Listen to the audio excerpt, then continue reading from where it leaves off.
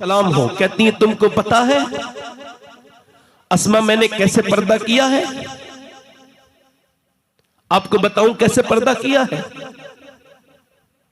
एक दिन नबी पाक अपनी बेटी से मिलने के लिए गए। आवाज दी फातिमा के अंदर आ सकता हूं। अंदर से आवाज आई अब्बा आप अकेले हैं तो तशरीफ लाएं। कब मेरे साथ इमरान है उनको न लाएं अब्बा। क्यों न लाऊं फातिमा? अब्बा उनको न लाएं। फातिमा क्यों न लाऊं? उनको न लाएं। और फातिमा क्यों न लाऊं? बस अब्बा उनको न लाएं। हुजूर ने कई बार पूछा क्यों न लाऊं? तो जब कई बार पूछा तो इमरान नाम के सहाबी साथ में थे, सरदार थे। वो कहते हुजूर ने कई बार पूछा तो अंदर से आवाज आई अब्बा आपकी बेटी के पास इतने कपड़े नहीं है कि वो किसी दूसरे मर्द से पर्दा कर सके। एक जोड़ी कपड़े में मेरे अब्बा पैमद लग गए। कौन सा दिल लाऊं जो मैं अपनी बहनों के दिल तक पहुंचूं कि कयामत के दिन हुजूर की बेटी तुमसे नहीं पूछेंगे तुम्हारी तो अलमारियां भरी हुई थी कपड़ों से। उस 72 पैमद की चादर वाली फातिमा को क्या जवाब देंगे ये महंगे सूटों वाली औरतें कि जिनके पास एक भी जोड़ी कपड़ा ऐसा नहीं कि वो नमाज पढ़ सके उन कपड़ों को पहनकर। हुजूर ने फरमाया बेटी क्यों न लाऊं? अंदर से आवाज आई अब्बा आपकी बेटी के पास इतने कपड़े नहीं। हुजूर अंदर गए। कहा मेरी फातिमा चादर भिजवाई, बड़ी कमजोर हो रही है मेरी बेटी, क्या हाल है? बाप तो बेटी के घर चला जाए तो बेटी यूं ही देख के रोने लगती है। हमने तो जाना बंद कर दिया। बहनों के घर जाया करो। मैं आपको बताता हूं अगर तुम ये चाहते हो कभी मोहताज ना हो तो बस बहनों को दिया करो और उनसे दुआएं लिया करो। लिख लो ये बात। अर्ज की गई या रसूलल्लाह मेरी मां नहीं है, फिर क्या करूं? फरमाया बड़ी बहन के पास जा। तेरी बड़ी बहन के दिल में अल्लाह ने तेरे मां की तरह मोहब्बत रखी है। आज तुमने बेटियों के घर जाना बंद कर दिया। हुजूर जब गए पूछा मेरी बेटी क्या हो गया? अल्लाह का शुक्र है अब्बा, ओ बताना मेरी बेटी क्या हो गया। अल्लाह का शुक्र है अब्बा, ओ बताना मेरी बेटी क्या हो गया। जब हुजूर ने कई बार पूछा तो अंदर से आवाज आई सैयदा की अब्बा और तो कोई बात नहीं मगर मैंने 5 दिन से कुछ खाया नहीं है, मेरे पेट से पत्थर बना हुआ है। इरशाद फरमाते मेरे नबी मेरी बेटी फातिमा मताउन दुनिया कलील, दुनिया छोटी है आखिरत बड़ी है। मेरी बेटी दुनिया मोमिनीन के लिए कैद खाना, काफिर के लिए जन्नत। अगर मेरी लाडली फातिमा ने 5 दिन से कुछ नहीं खाया है तो तेरे बाप को आज 9 दिन हो गए मेरे पेट से 2 पत्थर बने हुए हैं। इमाम हसन कहते हैं मैं अपनी माँ को देखता था। मेरी बहनों सुन लो, तुम्हारी माँ ने इतनी दुआएं तुम्हारे लिए नहीं की जितनी हसन हुसैन की माँ ने तुम्हारे लिए दुआएं की हैं। इमाम हसन कहते हैं मैंने अपनी माँ को देखा था कि पूरी पूरी रात मेरी वालदा दुआ करती थी। क्या दुआ करती थी? किसके लिए दुआ करती थी? इसी अपने अब्बा की उम्मत के लिए दुआ किया करती थी। कहते हैं मैंने पूछा, मैंने कहा अम्मी आप दुआ करती हैं मगर मैंने कभी अब्बा के लिए दुआ करते नहीं सुना, कभी हुसैन के लिए नहीं, कभी जैनब के लिए नहीं, कभी आप मेरे लिए दुआ नहीं करती, हमारे लिए दुआ क्यों नहीं करती? तो मेरी माँ ने कहा था ऐ मेरे बेटे हसन तेरी माँ फातिमा की दुआओं पर पहला हक तेरे नाना की उम्मत के लोगों का।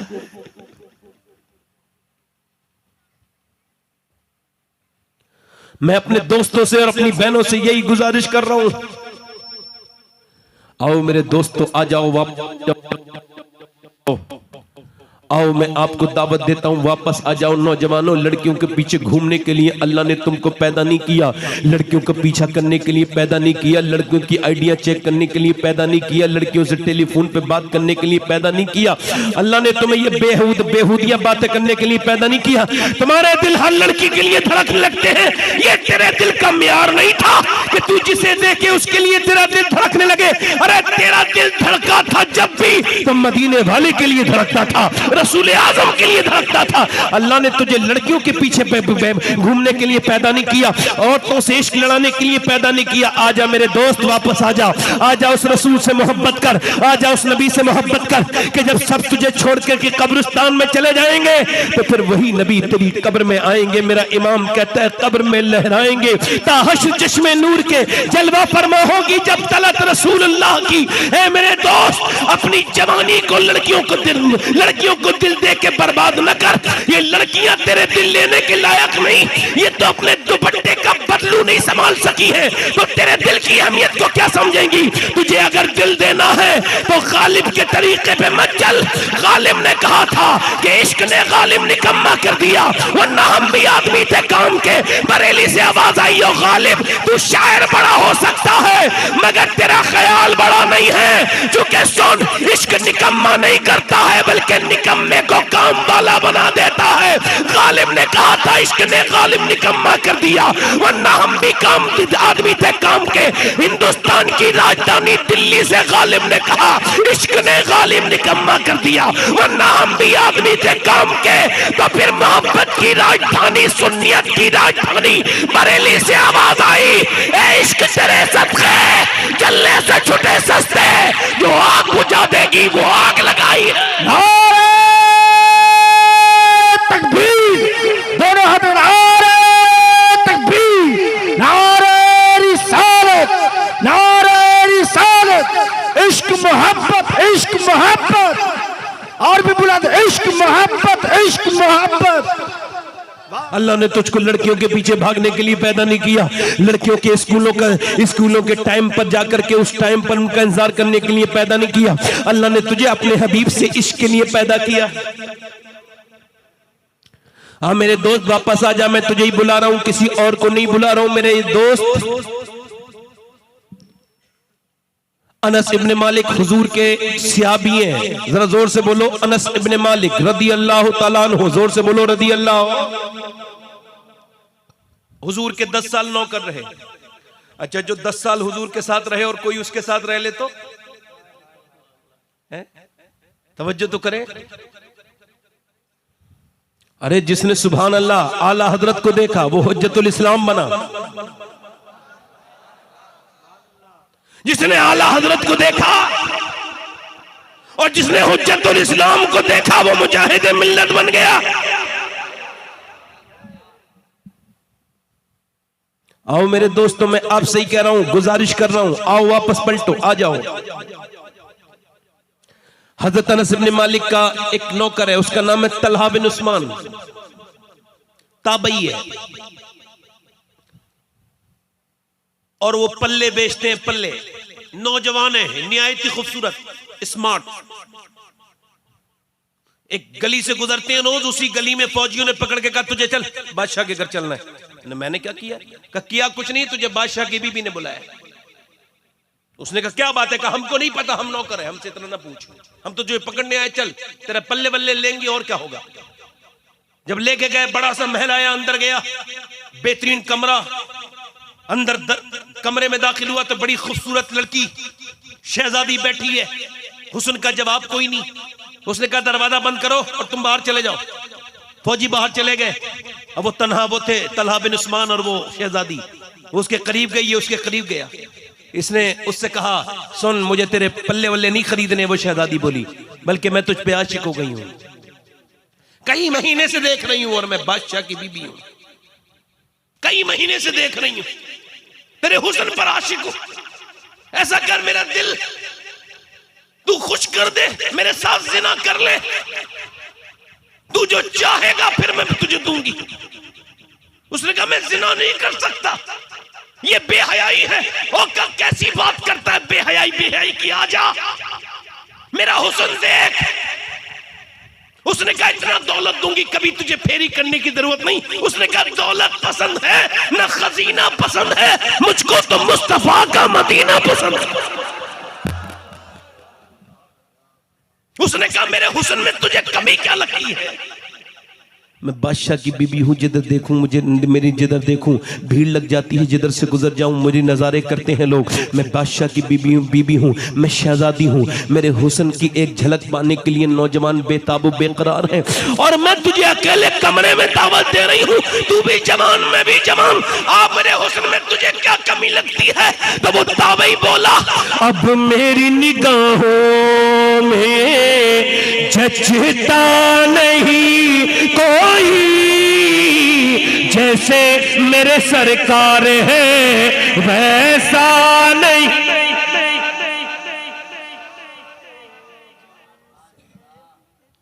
उसने कहा देख मैं तुझे सूली चढ़ा दूंगी, कब तू मेरी जान ले ले, मगर ये बुरा काम, ये बेहयाई, बोले ये बेहयाई, इधर देखो ये बेहयाई, ये बेहयाई नहीं करूंगी। वो आगे बढ़ी, आगे बढ़ करके उसके तो उसने कुर्ते को पकड़ा। जब वो भागा तो पीछे से कुर्ता पकड़ा, कुर्ता जैसी पकड़ा कुर्ता एकदम फटा। इसने अल्लाह का नाम लेकर के दरवाजे पे दस्तक दी, जैसे ही जोर से धक्का मारा अल्लाह के फजल से दरवाजा खुला। ये इसके पीछे फौजी दौड़ रहे हैं, ये से दरवाजा तो मिला नहीं, ऊपर चढ़ गया।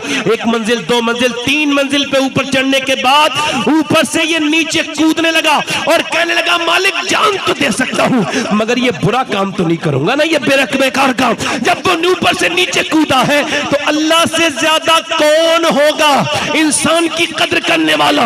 कद्र करने वाला ऐसा कदरदान कौन होगा? अल्लाह कहता है मैं बेहतरीन कदरदान हूं। जब वो नीचे को कूदा अल्लाह ने फरिश्ते को भेजा, उसे ऊपर से नीचे गिरने से पहले अपनी बाहों में लेके फरिश्ते ने नीचे रख दिया, अपने पर पे रख के नीचे को रख दिया। जब वो नीचे को उतरा तो उसने देखा सामने एक बड़ी खूबसूरत शख्सियत खड़ी है और उनके वजूद से बहुत ज्यादा रोशनी और बहुत ज्यादा उनके अंदर से खुशबू निकल रही है। इतना हसीन इंसान उसने कभी देखा नहीं था। कहा आप कौन हैं? क्या कोई फरिश्ते हैं? मैंने आपसे ज्यादा खूबसूरत इंसान कभी नहीं देखा। कहा मुझे पहचाना नहीं, मैं तुझे ये बताने आया हूं कि अल्लाह तुझसे राजी हो गया है तेरे इस अमल पर, चूंकि मुझे पहचान में हूं यूसुफ, हजरत यूसुफ हूं मैं याकूब का बेटा यूसुफ हूं, और तुझे ये बताने आया हूं कि जो काम मैंने नबी हो के जुलेखा के साथ किया था तूने मोहम्मद को उम्मती होके कर दिया।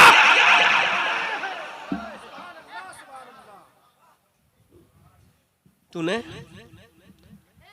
मोहम्मद का उम्मती, आज तुझे मैं सीने से लगा लूं। इधर देख, अब मैं तुझे यूसुफ अलैहिस्सलाम ने उसे सीने से लगाया, उसके जिस्म से खुशबू कभी खत्म नहीं हुई। जिंदा रहा तो खुशबू, मर गया तो कब्र की मिट्टी से खुशबू। एक आखिरी बात करके अपनी बात को खत्म कर रहा हूं। मैं आपसे यही गुजारिश करता हूं मेरे दोस्तों, तौबा कर लो। अल्लाह से कहो मालिक तू बड़ा करीम है, माफ करने वाला है, माफ कर दे। तो जब तुम उसे पुकारोगे, उससे तौबा करोगे तो उसको माफ करने वाला पाओगे। वरना मेरे इन हाथों ने न जाने कितने, मैं आपको बता रहा हूं, मैंने कई लाशें ऐसी कब्र में रखी हैं कि मैं उनका सर कर रहा था किबले की तरफ, मगर हो नहीं पाया। 2 लाशें मुझे याद हैं कि जो गिरते ही कब्र में जिनका सर किबले की तरफ हो गया, उसके अलावा मुझे लाशें कोई याद नहीं। अपनी बात कर रहा हूं। कुछ लोगों की जबरदस्ती की गई, कुछ की करी तो फिर सीधी हो गई। तो चूंकि नाम लिए बगैर बता रहा हूं तो ये जायज है, इबरत के लिए बता रहा हूं। भाई यजीद बस्तामी के पास एक आदमी आया, कहने लगा मैंने बहुत गुनाह किए। कहा कितने? बहुत गुनाह किए। कहा मेरे गुनाहों की कोई हद नहीं, शुमार नहीं। कहा अगर सुन तेरे गुनाहों की कोई हद नहीं तो फिर अल्लाह के फजल की भी कोई हद नहीं है। अल्लाह तुझे माफ करेगा, मगर गुनाह क्या करता था? कहता कफन चोर था। कहे कि सवाल करूंगा बाद में तौबा कराऊंगा, पहले ये बता तूने कब्र में मुर्दे कितने रखे, कितने कफन चुराए होंगे? कहा हुजूर 1000 से ज्यादा। कहा ये बता दे कितनों के मुंह तूने किबले की तरफ देखे थे? कहा हुजूर मैंने 1000 में 12 या 13 लोगों के मुंह किबले की तरफ देखे थे, बाकी गर्दनें मुड़ी भी देखी। बायजीद बस्तामी इतना रोए कि आप पर हिचकियां तारी हो गईं और खौफ की वजह से कहने लगे मालूम है गर्दनें क्यों मोड़ दी गईं? इस वजह से अल्लाह ने कहा तू जीते जी तो मुझसे मुंह मोड़ता रहा, तू कब्र में अब किबले की तरफ मुंह करके सोने वाला कौन होता है? होता रहा। मैंने अपने इन हाथों से कितने जवानों को दफन किया है। मैंने अपने बाप को मरता हुआ देखा और उनके मजार को मैं देखता हूं अब भी। मेरे ताया चले गए, मेरे परदादा चले गए, मैं भी चला जाऊंगा इस दुनिया को खैराबाद कहकर। जब मैं एक्सीडेंट की मौत देखता हूं तो बहुत अल्लाह से डरता हूं, कहता हूं मालिक मुझे एक्सीडेंट वाली मौत से बचा लेना। पोस्टमार्टम वाली मौत बड़ी सख्त है। कितनी मैयतें देख ली, कितनी तकरीरें करूं तो आप तब्दील होंगे। आपको एहसास नहीं है कि मौत करीब करीब आ रही है। जब हजरत मौला अली के तलवार मारी गई, कौन मौला अली? जिसने आंखें हुजूर की गोद में खोली, जिसकी परवरिश हुजूर ने की, जिसको हुजूर ने अपनी बेटी फातिमा के लिए पसंद किया, अल्लाह ने जिसका रिश्ता वही के जरिए जिब्राइल के घर से कराया। जब अली के तलवार मारी गई तो आधा सर इधर हो गया और एक ही दुआ कर रहे थे। हसन, इमाम हसन कहते हैं हजरत अली दुआ करते थे, ऐ अल्लाह अली को बख्श देना, अली के अमल बहुत थोड़े हैं, अली के अमल थोड़े हैं, हमारे अमल थोड़े। अली का घर तो जन्नत में हुजूर के घर के सामने है, अमल तो हमारे थोड़े हैं। नौजवानों याद रखना, अल्लाह सबको देख रहा है। कोई ये न समझे वो तुम्हें देख नहीं रहा है, वो रात की नाचने वाली को भी देख रहा है, वो रात में मुसल्ले पर रोने वाली को भी देख रहा है, वो रात को गाना सुनने वाले, फिल्म देखने वाले और क्लबों में डांस करने वालों को भी देख रहा है, और रात को मुसल्ले पे रोते हुए लोगों को भी वो देख रहा है, वो गंदों को भी देख रहा है, वो सूद खाने वालों को भी देख रहा है, नेक कमाई खाने का वालों को भी देख रहा है। बचेगा कोई नहीं, सबको मौत आने वाली है, कोई ये ना समझे यूं ही छोड़ दिया जाएगा। ऐ लोगों, सबको मौत आने वाली है। मैं उमर फारूक आजम की शुरू में बात कर रहा था। जब उमर फारूक आजम के जब मारा गया चाकू, तो जब आपका पेट फटा और जब आप जमीन पे तशरीफ लाए तो अपने बेटे से कहा मेरा सर जमीन पे रख दे। अब्दुल्ला इब्ने उमर ने सर जमीन पे नहीं रखा, अपने जानू पे रखा। जानू पे सर न रख, मेरा सर जमीन पे रख। जब जमीन पे सर रखा तो हजरत उमर बेकरार होकर कहने लगे, मालिक लोग कहते हैं उमर ये है, उमर वो है, मगर उमर तो तेरी बारगाह का मुजरिम है। ऐ मेरे मालिक, अगर तूने उमर को न बख्शा तो उमर बर्बाद हो जाएगा। ये मौत का वक्त है, अगर तूने इस वक्त उमर पर रहम न किया तो उमर बर्बाद हो जाएगा। अबू हुरैरा सहाबी रसूल, जब मौत का वक्त करीब आया तो बच्चों की तरह रोते थे। किसी ने पूछा क्यों रोते हैं, इतने बड़े सहाबी हैं? कहने लगे इस वजह से हुजूर फरमाते हैं कोई तब तक नहीं मरता जब तक उसे जहन्नम या जन्नत की बात ना बता दी जाए। तो मैं ये कह रहा हूं मेरे मालिक, अबू हुरैरा को जहन्नम से बचा देना, जन्नत उसका घर बना देना, उसके गुनाहों को माफ कर देना। ये मौत के करीब करीब आ गया है। ऐ लोगों, तौबा कर लो, अपने रब से कहो मालिक माफ कर दे, वो करम करने वाला मेहरबान है। मूसा की कौम पे बारिश नहीं हो रही थी, लोगों ने कहा मूसा बारिश के लिए दुआ करें। मूसा चले गए, उस पे पहाड़ पर हजारों लोग भूखे मर रहे हैं। मूसा दुआ कर रहे हैं, ऐ अल्लाह दुआ, ऐ अल्लाह बारिश कर दे। अल्लाह ने फरमाया दुआ नहीं कर, बारिश नहीं करूंगा। इस वजह से कि यहां पे 40 साल का गुनहगार बैठा है लगातार, जिसने गुनाह किए 40 साल। जिन लोगों की वीडियो वायरल होती है ना, उन लोगों को बड़ी तौबा करनी चाहिए। मेरी तरफ ध्यान दें। हाँ, अल्लाह ने फरमाया 40 साल का गुनहगार इस महफिल में, उसी की वजह से बारिश नहीं हो रही है। वो रोज गुनाह करता है, तौबा नहीं करता। मूसा ने कहा कौन है तेरी वजह से बारिश नहीं हो रही, निकल। नहीं निकला। मूसा ने कहा निकलता है कि नहीं निकलता है? नहीं निकला। मूसा ने कहा निकलता है या फिर अल्लाह से पूछ के तेरा नाम ले दूं? तो वो रोने लगा। अकेला था ना, उसको पता था ना मैं ही हूं। चोर को पता होता है मैं ही चोर हूं। रोक के बोला मालिक माफ कर दे, अगर मेरे जैसा गुनहगार नहीं तो तेरे जैसा करीम। मूसा ने फिर कहा मैं नाम बताने वाला हूं। वो मियां फिर जो है ना मचलने लगा। रोया तो मगर आवाज पैदा नहीं होने दी। हुजूम गम में भी तौहीन ज़ब्त गम न हुई, हमें एहतियात से रोए कि आंख नम न हुई। रोक के बोला मालिक माफ कर दे, माफ कर दे। मूसा ने कहा नाम लेने वाला हूं। फिर तो तड़प गया, मालिक अगर नीचे उतरा ना सब देख लेंगे मैं ही गुनहगार हूं, और अगर मैं नीचे उतर गया तो किस लायक रह जाऊंगा?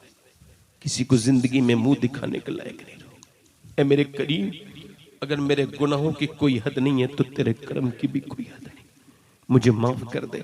उसके टप टप आंसू गिरे। उधर से बारिश भी शुरू हो गई। जब बारिश हो गई मूसलाधार, सब चले गए। मूसा ने कहा मालिक अब बारिश? अल्लाह ने फरमाया हाँ, जिसने मुझसे तौबा नहीं की थी अब उसने तौबा कर ली है। पहले उसी की वजह से बारिश नहीं हो रही थी, अब उसी की वजह से बारिश हो गई है। मूसा ने कहा मालिक तो उसका नाम तो बता दे। अल्लाह ने फरमाया जब वो गुनहगार था तब नाम नहीं बताया, अब तो उसने तौबा कर ली है, अब क्या नाम बताऊंगा। इमाम गजाली कहते हैं रुसवाई अजाब है, अजाब। किसी का वीडियो वायरल हो जाए तौबा कर लो, लोगों तौबा कर लो, करीब मौत है। ये महफिल हो गई, मेरी तकरीर भी हो गई, 1.25 घंटे से होने वाला है मुझे। मैं यही कहता हूं मेरे दोस्तों, अपने रब से तौबा कर लो। वो कहता है मेरे महबूब इनसे कह दो इतना रोले मेरे बंदे कि आंसू इनका ढलक के गाल तक आ जाए। कितना है एक बार सुभान अल्लाह कहने में 90, कितनी 90 नेकी मिलती है। और एक माँ भी नहीं दे सकती नेकी अपने बाप, अपने भाई को, अपने बेटे को। एक बहन अपने भाई को एक नेकी नहीं दे सकती, मगर अल्लाह 90 नेकियां दे रहा है। और अल्लाह कितना करीम है। मियां मोहम्मद बख्श फरमाते हैं मेरे माँ बाप ने मेरी एक गलती देखी ना तो मुझे घर से निकाल दिया, मगर मेरा करीम रब कितना करीम है कि पूरी उम्र गलतियां देखता रहता है, मगर मुझे अपनी बंदगी की लिस्ट से बाहर नहीं निकालता, बल्कि मौका देता है तौबा करने का।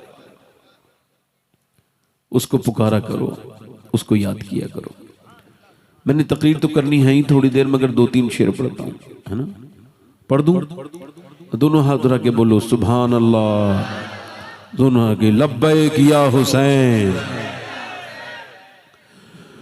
मेरा हुसैन बाग़ नबूवत का फूल है। सुभान अल्लाह, सुभान अल्लाह। मेरा हुसैन बाग़ नबूवत का फूल है, मौला अली की जान है, खूने बतूल है। सुभान अल्लाह। मौला अली की, पढ़ो तो मेरे साथ, मौला अली की खून है, मौला अली की जान है, खूने बुतूल है। और गुजरा जहां जहां से नवासा रसूल का, हाय हाय गुजरा जहां जहां से नवासा रसूल का, अब तक वहां खुदा के करम का नुज़ूल है। अब तक वहाँ खुदा।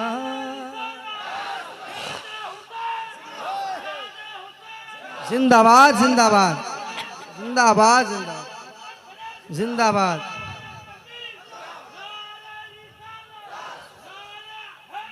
या अली या अली अल्लाह। अब तक वहाँ खुदा के करम का नुज़ूल है। हाय हाय हाय हाय। और कितनी अजीम जात है मौला हुसैन की, जिसके लिए हुजूर के सजदे को तूल है। हाय हाय हाय। नारे तकबीर, नारे रिसालत, मसलके आला हजरत, उलमाए अहले सुन्नत, शहीद आजम कॉन्फ्रेंस। आखिरी शेर पढ़ता हूँ नदीम भाई। हाय हाय। दुनिया में सवारियां बड़ी हैं, लोग बुलेट चलाते वक्त देखता नहीं, अच्छे से करता हूँ। मोटरसाइकिल हुंडई की घड़ी है, लोग गाड़ियां देख देख के डालते नहीं आजकल। देखें आप, लोग अपने आप को खुद बर्बाद करते हैं तो उन्हें कौन बचाए जी भाई। देखें इन सब चीजों की तशहीर नहीं करनी चाहिए कि मैंने ये गाड़ी ले ली, ये मोबाइल ले लिया। आप दूसरों को जला रहे हो ना, ये आपसे ये हजम नहीं हो रहा है जी। ये हल्की बातें हैं। ये जो बच्चों को नजरें लग जाती हैं, बच्चे बीमार हो जाते हैं, ये स्टेटस पे उनकी जो फोटो लगाते हैं उस वजह से हो रहे हैं। मेरे हुजूर ने फरमाया मेरी उम्मत में अक्सर मौतें नजर बस की वजह से होंगी। अल्लाह। आप अपने बच्चों को बेवजह में नजर लगा देते हैं, तो दुनिया में सवारी भी बड़े नाश करते हैं। कोई कहता है मेरे पास मर्सिडीज है, कोई कहता है मेरे पास फॉर्च्यूनर है, कोई कहता है BMW है, कोई कहता है मेरे पास जो है वो ऑडी है, कोई किसी गाड़ी पे नाज करता है। दुनिया में सवार बड़े आए और सवारियां भी बड़ी आई, मगर ये शेर पढ़ के फिर अपनी तकरीर को शुरू करता हूं। दुनिया में और कौन है शब्बीर के सिवा ऐसा सवार जिसकी सवारी रसूल है। हाय हाय हाय हाय हाय हाय। ऐसा समझ आ रही नहीं आ रही है? वैसे हुजूर ने फरमाया अली तुझे पसंद नहीं करेगा मगर मोमिन, और तुझे बुग़्ज़ नहीं रखेगा मगर मुनाफिक। हाँ, अली का जिक्र इबादत, हाय अली के चेहरे को देखना इबादत। हालात ऐसे भी बने थे कि जिक्र पे भी पाबंदी थी और अली का नाम लेने पर भी पाबंदी थी, तो हुजूर मेरे जानते थे, मेरे हुजूर ने फरमाया अली से मोहब्बत करना भी इबादत।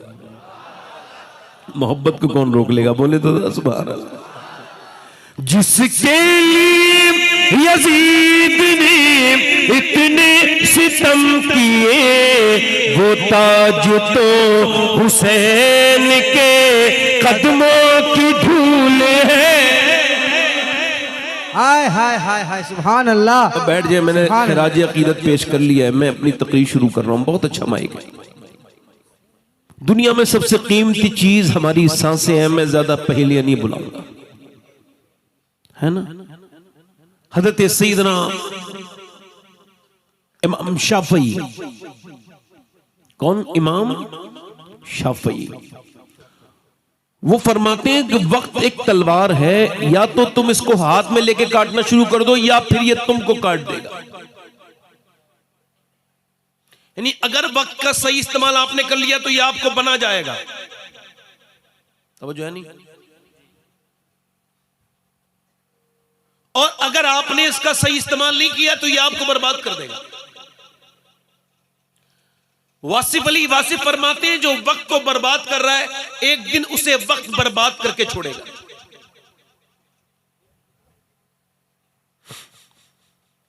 ये जो दिन में 10 घंटे मोबाइल देखते हैं, इंशाअल्लाह बर्बाद हो जाएंगे। और ये जो 15 घंटे मोबाइल देखते हैं, ये इंशाअल्लाह पागल हो जाएंगे।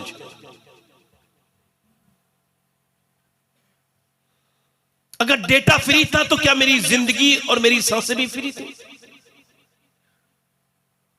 आपका दिल अगर दुनिया में बहुत लगता है मेरे दोस्तों, मेरे अजीजों, मेरे आका फरमाते हैं अगर तुम ये चाहते हो कि अल्लाह तुमसे राजी हो और तुम फला पा जाओ तो अपने आप को मुर्दों में शुमार करो। सहाबा इकराम जब 30 साल के हो जाते थे तो फिर वो सजदों में रोते थे और कहते थे मालिक आधी उम्र गुजर गई मगर अभी तक तुझे राजी नहीं कर पाए। आधी उम्र गुजर।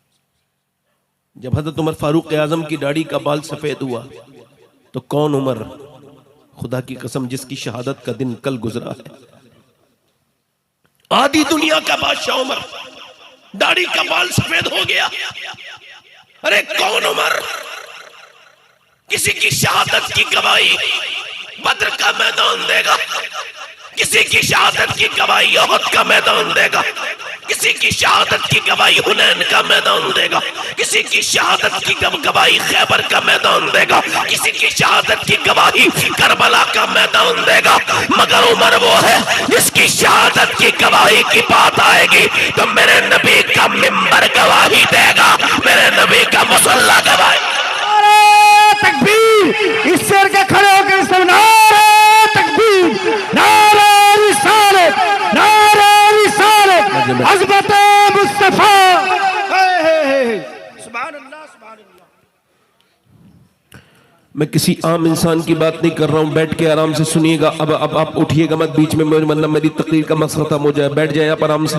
बैठते हैं तो एक दो लोग जरा आराम से बैठे, मेरी तकरीर सुने। मैं उसी उमर की बात कर रहा हूं। मेरे नबी ने फरमाया मेरे बाद अगर कोई नबी होता तो उमर होता। फरमाया मेरा अल्लाह आज अरफात के मैदान में मेरे सहाबा पे फख्र कर रहा है, बिलखुसूस मेरे उमर पे फख्र कर रहा है। उमर फारूक आजम बात कर रहे हैं, एक आदमी आता है आकर के कहता है उमर मरना भी है, उमर मरना भी है। अभी मैं एक जगह गाड़ी चला रहा था, अचानक मेरी गाड़ी किसी गाड़ी के करीब से गुजरी तो बराबर में कोई बदतमीज आदमी था, उसके तिलक लगा हुआ था, तो उसने अपनी बदतमीजी की और मुझसे कहा कि मर जाएगा। तो मैंने उससे कहा आपका बहुत शुक्रिया भाईजान। बोला क्यों? ने कहा आपने मुझे मेरी मौत याद दिला दी। खुदा की कसम, मैं अभी 1-1.5 घंटे से भूला हुआ था मुझे मरना है, मगर आप हो तो गैर मुस्लिम, मगर आपने मुझे मेरी मौत याद दिला दी। हम किस ख्याल के लोग थे और किस ख्याल में गुजर गए। उमर फारूक आजम दाढ़ी का बाल सफेद हो गया तो रोने लगे। किसी ने पूछा क्या हुआ, कहने लगे दाढ़ी के बाल सफेद होना ये मौत की अलामत। लोग कहते हैं मैं मरते मरते बचा, मगर मरते मरते तो आज तक कोई नहीं बचा, मगर बचते बचते सब मर जाएंगे। न अस्पताल बचा पाए, ये अस्पताल ड्रामा, ये धोखा, ये इतनी बड़ी बड़ी मशीनें, ये सब धोखा। चूंकि मारना जिलाना अल्लाह का काम है, शिफा देना अल्लाह का काम है।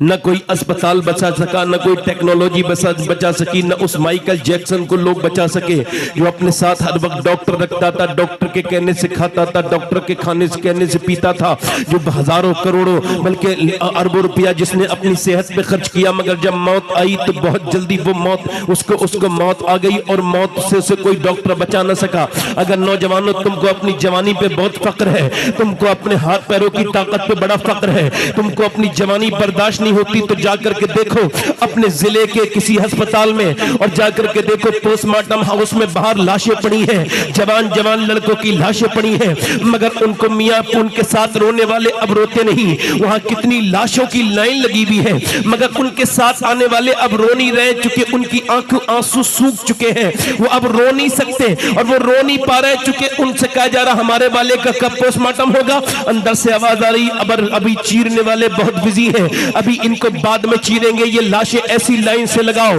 कितना तकब्बुर करता है इंसान तू अपने ऊपर, हालांकि तेरी लाश अस्पताल के बाहर पड़ी है और उसको चीरने वाले के लिए वक्त नहीं है, मगर आज तेरे पास वक्त है तो चीरने वाले के पास वक्त नहीं है। और वो शराबे पी करके जब चीरते हैं वो तुम्हारे जिस्म के पार्ट निकालते हैं। मैंने जाकर के देखा है, जब मेरा दिल बहुत दुनिया में लगने लगता है तो मैं किसी और जगह नहीं जाता, मैं जाता हूं पोस्टमार्टम हाउस पर और जाकर के जवानों की लाशों को आते हुए देखता हूं। एक दिन में न जाने कितने नौजवान आते हैं, वो जवान जो अपने इस धोखे में थे कि मौत तो बुढ़ापे में आती है, उनको जवानी में मौत ने आ लिया। मुझे बताओ उस जो नौजवान के ऊपर कितनी हसरत करनी चाहिए। मेरे आका फरमाते हैं जो जिस काम को करते हुए मरेगा कयामत के दिन उसी के साथ उठेगा, उसी काम के साथ उठेगा। जो लड़का अचानक अपने मोबाइल में गंदी फिल्म देख रहा था और कोरोमंडल एक्सप्रेस में सफर कर रहा था, चलते चलते अचानक उसके ट्रेन में एक्सीडेंट हो गया और वो मर गया, क्या उसने सोचा था उसके साथ ऐसा हो जाएगा? उसको तौबा की तौफीक न मिली। अब अगर वो कयामत के दिन वही गंदी तस्वीरें देखता हुआ उठा तो उसका क्या होगा? बताओ उसका क्या होगा? अगर वही गंदा नंगा नाच देखता हुआ उठा तो क्या होगा? इंस्टाग्राम फ्री था, क्या तेरी जिंदगी भी फ्री थी? फेसबुक फ्री हो गया था, क्या तेरी जिंदगी भी फ्री थी? ए नौजवान, तूने अपनी जिंदगी बर्बाद कर ली। तुझको इंस्टाग्राम ले गया, तुझको फेसबुक ले गया, तेरी जवानी ने तुझे बर्बाद कर दिया। न जाने कौन कौन से दर पर के लेके गई तेरी जवानी। आजा, अब भी वक्त है, होश के नाखून ले और आजा वापस पलट के अपने रब से तौबा कर ले और कहे ए मालिक बहुत खताएं हो गई, ए रब माफ कर दे। ये जवानी क्या जवानी है जो इन बंबई के हीरो की तरह गुजर गई? वो जवानी क्या जवानी है जो बंबई के बेगैरतों की तरफ पे गुजर गई? अगर तुझे जवानी ही गुजारनी थी तो बंबई के बेगैरत की तरफ पे नहीं गुजारनी थी, बल्कि अगर तुझे जवानी का रंग देखना था तो करबला के 18 साल के अली अकबर की जवानी का रंग देखना था, जिसने अपने बाप के सामने कहा था ऐ मेरे बाबा हुसैन, ये अली का पोता जवानी में शहादत का जाम पीता है और ये कहता है कि अली के घर वालों की जवानी दुनिया की दीवानी नहीं है, मदीने वाले की दीवानी।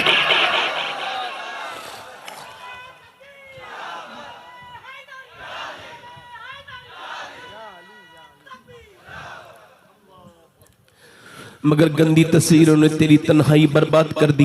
जरा गौर तो कर यजीद के अंदर कौन सी कमियां थी। यजीद जो है वो औरतों के नाच देखता था, यजीद बेनमाजी था, यजीद शराब पीता था। आज अगर वो ऐब भी तेरे अंदर हैं तो जरा सोच तो क्या मुंह दिखाएगा मौला हुसैन को। क़यामत का दिन होगा। मेरी बहनों से मैं गुजारिश करता हूं, अगर आज के ज़माने की औरतों ने अपने आप को न बदला तो यह कौम बर्बाद हो जाएगी। आपके नारे मेरी सेहत पे कोई असर नहीं डाल सकते।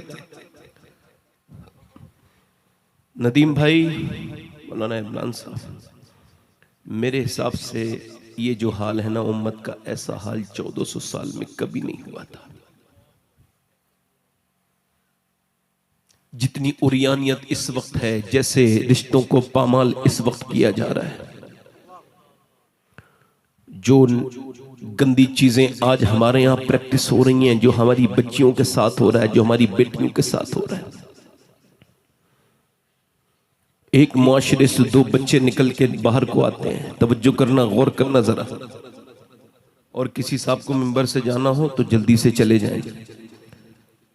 हजरात, ये कहना कि इनकी तकरीर सुनो, ये एक जो है वो काम हो सकता है, जिम्मेदारी हो सकती है, एक सोशल काम हो सकता है, मगर बैठ के सुनना ये बड़ी हिम्मत की बात है। रात में आप में हिम्मत की आपकी दाद देता हूं। आपका दिल लग रहा है या खत्म कर दूं? बोलूं थोड़ी देर और बोलूं? दिल लग रहा है? आप लोगों का नहीं लग रहा?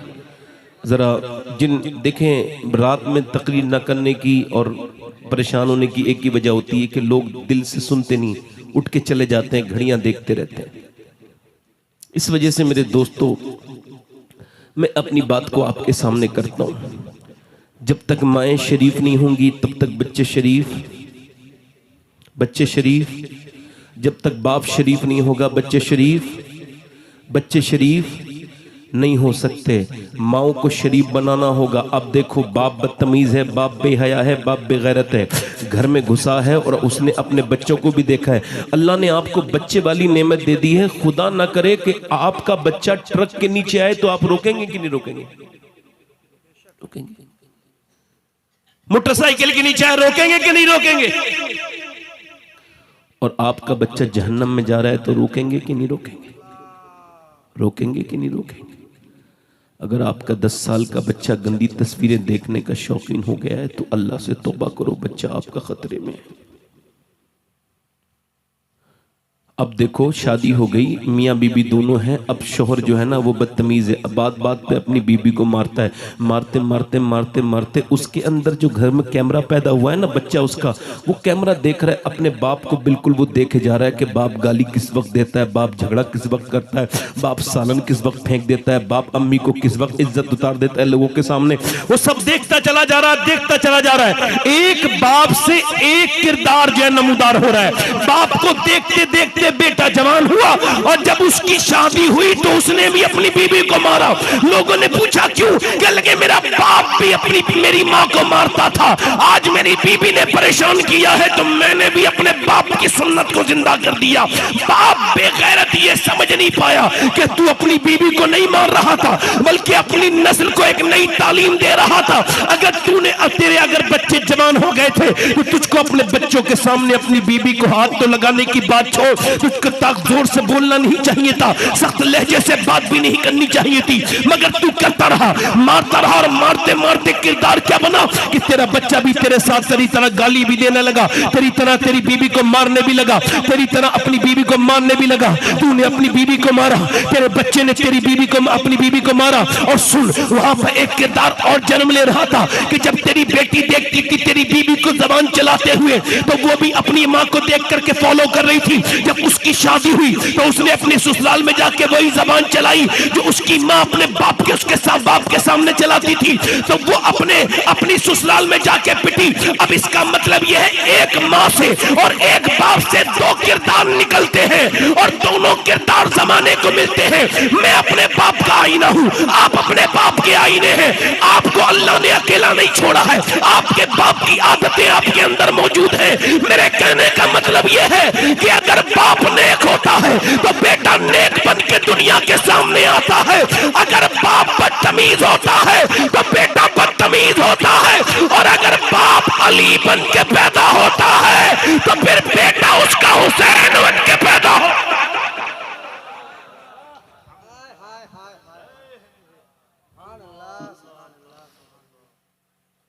बाप अगर अली होता है और अगर माँ फातिमा तो ज़हरा होती है तो बेटी ज़ैनब कुबरा होती है। आज लोग कहते हैं, तवज्जो करना मेरी बात पर, आज लोग कहते हैं कि फलां की लड़की ने नाक कटा दी, फलां की लड़की ने नाक कटा दी, इसकी लड़की ने नाक कटा दी, उसकी लड़की भाग गई, उसकी लड़की ने ये कर दिया। मैं कहता हूं लड़कियां तो कभी भी नाक नहीं कटा सकती। आपने उनको इज्जत नहीं दी, मेरे नबी की सुन्नत पर अमल नहीं किया। जब पूरी दुनिया बच्चियों को जलील समझती थी तो अल्लाह के रसूल अलैहिस्सलाम की हदीस शरीफ है, अम्मी आयशा फरमाती हैं कि जब लोग अपनी बेटियों पर जुल्म करते थे, उसी दौर में जब सैयदा फातिमा आती थी तो नबी उनको देख करके खड़े हो जाते थे। ना सिर्फ खड़े होते थे बल्कि हाथ को चूमते थे और हुजूर अपनी बेटी को सूंघा करते थे और कहते थे, फातिमा तेरे अंदर से जन्नत की खुशबू आती है, तेरे अंदर से बोलो बोलो जन्नत की। तवज्जो कर मेरी तरफ देखो, हिलना झुलना नहीं, जन्नत की खुशबू आती है। मगर तुमने अपनी बेटियों को क्या सिखाया? मेरे नबी पाक की बेटी ने क्या देखा? अपनी अम्मी को देखा, सैयदा खदीजतुल कुबरा को देखा। सुभान अल्लाह। माँ को देखते देखते नबी की बेटी। और हमारे यहाँ पर क्या हो रहा है? फलां की लड़की ने ये कर दिया, नहीं लड़की ने बाद में किया। पहले तो घर बेगैरत हो गया था, माँ बेगैरत, बहनें बेगैरत, बच्चे भाई बेगैरत, सब देख करके फिल्म देख रहे थे। और फिल्म देखते देखते लड़की जवान होने लगी है। अब फिल्म के अंदर जब गंदी चीजें आती हैं, गंदी घटिया बातें आती हैं, जब तस्वीरें आती हैं, जब गंदी फिल्में आती हैं, तो फिर माँ देखती है। और माँ भी बैठी है, बाप भी बैठा है, बाप दयूस बेगैरत वहीं बैठा है, गंदी तस्वीरें आ रही है। उसने बेशर्मी उसकी इतनी हद को बढ़ गई, उसने उसको टीवी को बंद नहीं किया बल्कि अपनी बेटी के साथ एंजॉय करता रहा, बीबी के साथ। अच्छा, उसकी माँ देखती है कि जैसे ही कोई इमोशनल सीन आता है तो माँ परेशान होने लगती है। माँ अपनी बेटी को देखती है, बेटी माँ को देखती है, और वो गंदा सीन दोनों बेटियां, माँ बेटियां दोनों साथ में देखती है। अब जब हीरो हीरोइन मिलते हैं तो माँ खुश हो जाती है, और जब वो नहीं मिलते हैं तो माँ रोने लगती है। जब वो दोनों भाग के शादी कर लेते थे तो बेटी वो देखती थी कि माँ खुश हो जाती थी। अब यही देख देख करके बेटी जवान हो गई। अब मुझे जरा बताओ कि जब वो बड़ी हुई उसके जज्बात कितने खराब हो गए। ये उसने बड़े होके वही काम किया जो उसने अपनी माँ के साथ टीवी में देखा था। मुझे बताओ, अगर उसने अपनी माँ को टीवी के सामने रोने के बजाय अगर मुसल्ले पे रोता देखा होता तो क्या कभी वो ये गलत काम करती? बोलो, ये गलत काम करती? बोलो, ये गलत काम करती? लाखों लड़कियां मुसलमानों की गैर मुस्लिमों के घरों में जा रही हैं। किसी को शऊर नहीं, किसी को पता नहीं, किसी को ख्याल नहीं। इकबाल कहता है, लोग मुझसे कहते हैं कि हुसैन इब्ने अली ने करबला के मैदान में हक अदा कर दिया, और उनकी बहन ज़ैनब ने भी अपने भाई की मोहब्बत का हक अदा कर दिया। तो कहते हैं, मैं कहता हूं अधूरी बात मत कहा करो, पूरी बात कहा करो। हुसैन ने बाद में हक अदा किया है, पहले मदीने में अली ने बाप होने का हक अदा किया और फातिमा ने मां होने का हक अदा किया।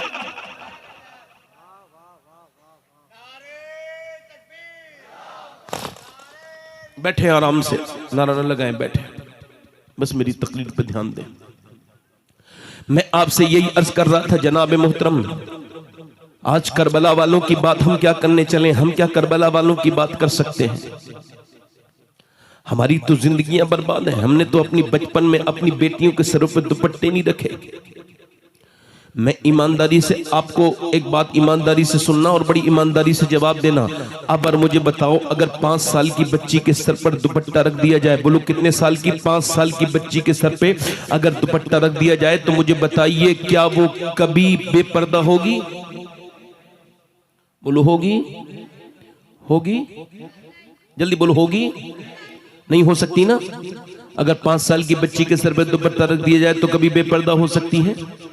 हमने देखा है कि बचपन में अगर पर्दा करा दिया जाए तो बेटी मर जाती है, मरते मरते मर जाती है। मैंने एक औरत को इंतकाल करते देखा, हमारी खानदान की थी वो, उसकी 33-34 साल उम्र थी जब उसकी रूह निकल रही थी, सामने बच्चे भी खड़े थे और जब उसकी रूह निकलने का वक्त आया 33-34 साल की उम्र, बीमार हो गई अचानक। जब डॉक्टर आया तो डॉक्टर को देख करके उसने अपनी चादर को पकड़ा और पकड़ने के बाद बिल्कुल इंतकाल से 2-3 सेकंड पहले अपना हाथ से अपने जिस्म को ढकने लगी, अपने दुपट्टे को, हालांकि उसका दुपट्टा उसके ऊपर तक नहीं पहुंचा और यहीं पर बीच में ही हाथ गिर गए और उसकी रूह निकल गई। मगर ये बात वो समझा के चली गई कि अगर बचपन में पर्दा करा दिया जाए तो रूह तो निकलती है मगर हया कभी नहीं निकलती।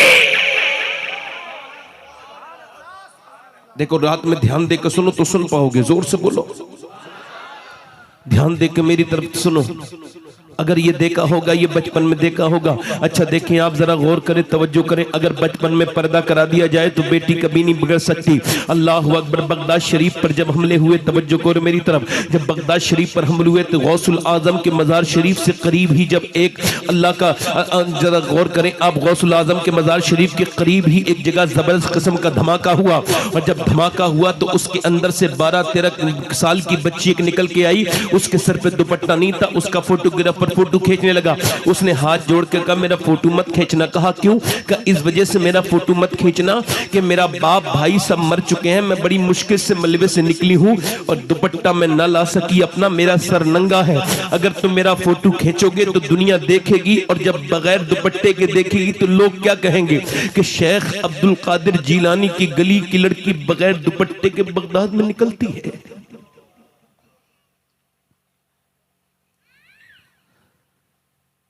काफिरों की साजिशें अगर अपने बामे उरूज पर हैं तो हमारी नींद भी अपने बामे उरूज पर है। जब 70 लाशें दरिया दजला के सतह पर तैर रही थी, जवान लड़कियों की लाशें, तो जब वहां फोटोग्राफर आए फोटो खींचना चाहे तो उन्होंने कहा फोटो न खींचो। कहा ये कौन लड़कियां हैं? लगा एक साथ 70 मरी नहीं, कैसे मर गई? कहा ये मरी नहीं है बल्कि इन्होंने खुदकुशी की है। कहा कौन है ये? कि ये मुसलमान औरतें हैं। जब इनके घरों में अमरीकी की आने की खबरें पहुंची तो इन्होंने दीवारों पे लिखा कोई सलाहुद्दीन अय्यूबी आ जाए, कोई मूसा बिन नसीर आ जाए, कोई तारिक बिन जियाद आ जाए। इन्होंने लिखा कि कोई उमर फारूक आ जाए।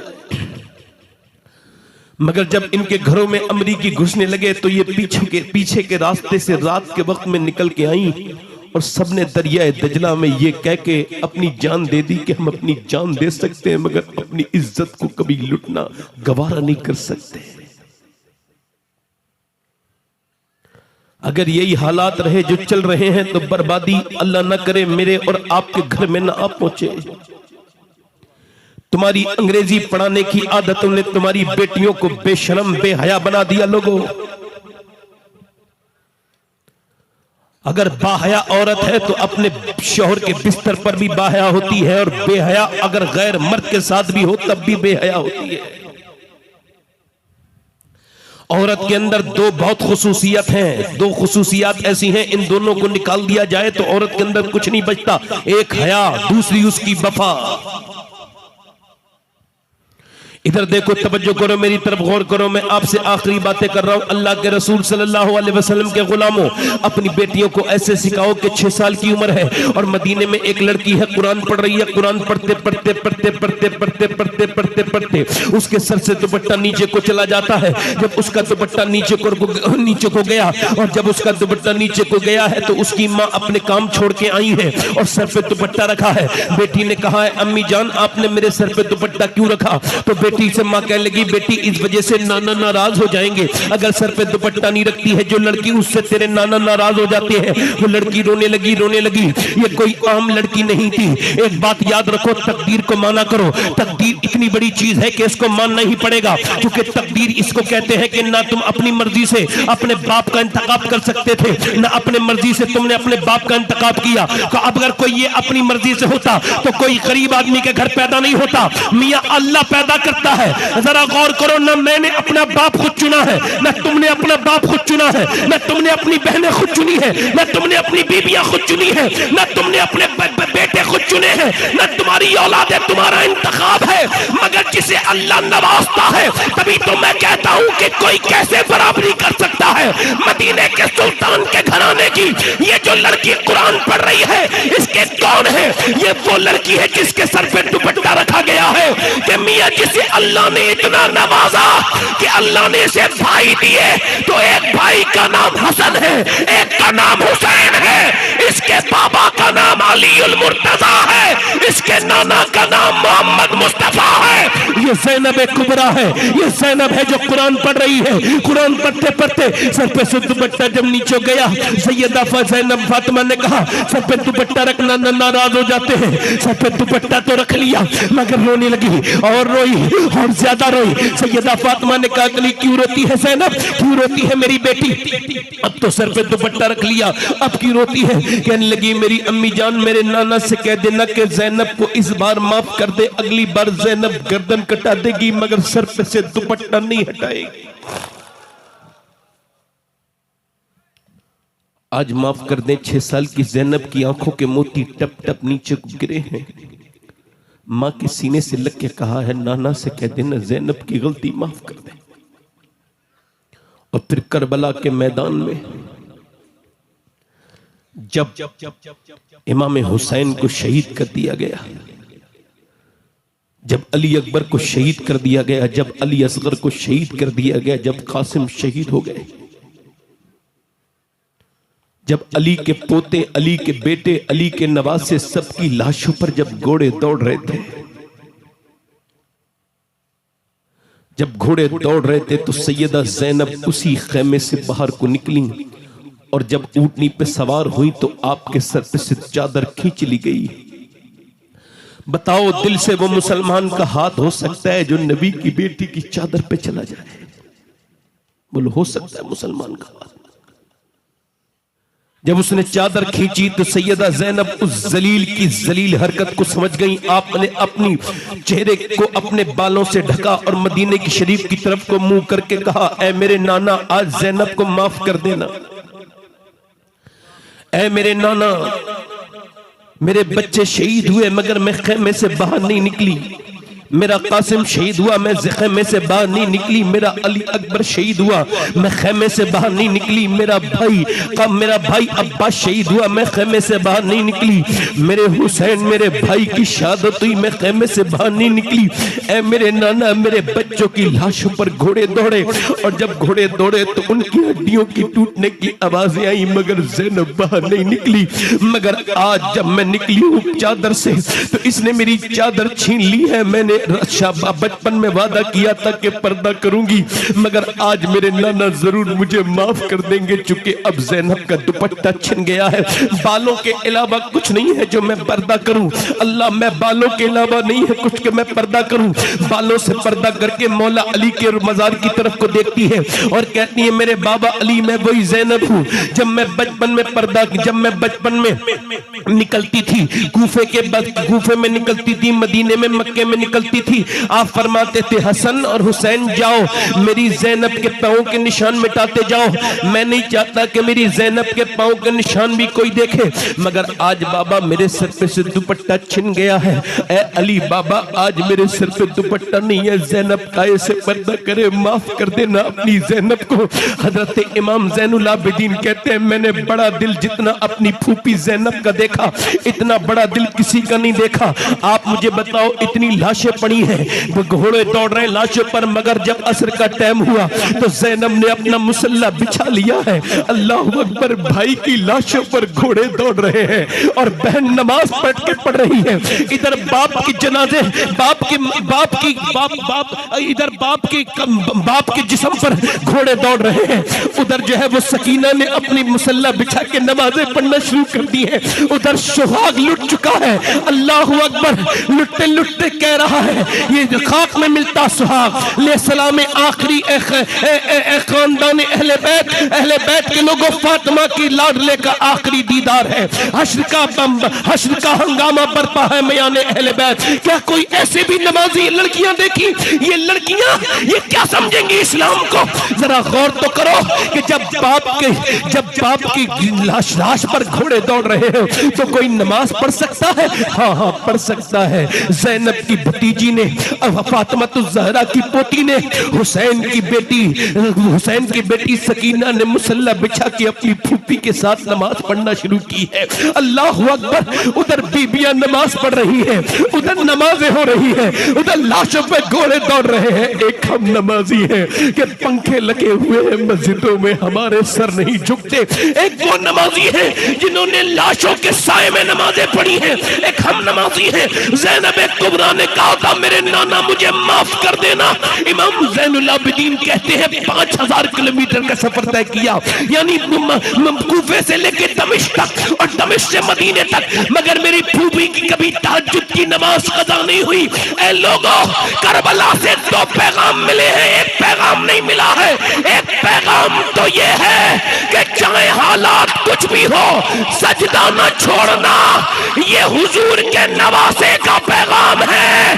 और एक पैगाम ये है कि चाहे हालात कुछ भी हो, पर्दा न छोड़ना, ये हुजूर की नवासी का पैगाम है। ना नवासे के पैगाम का जवाब है, ना नवासी का। नारे तकबीर, नारे रिसालत, खानदान अहले बैत। मगर आज करबला के नाम पर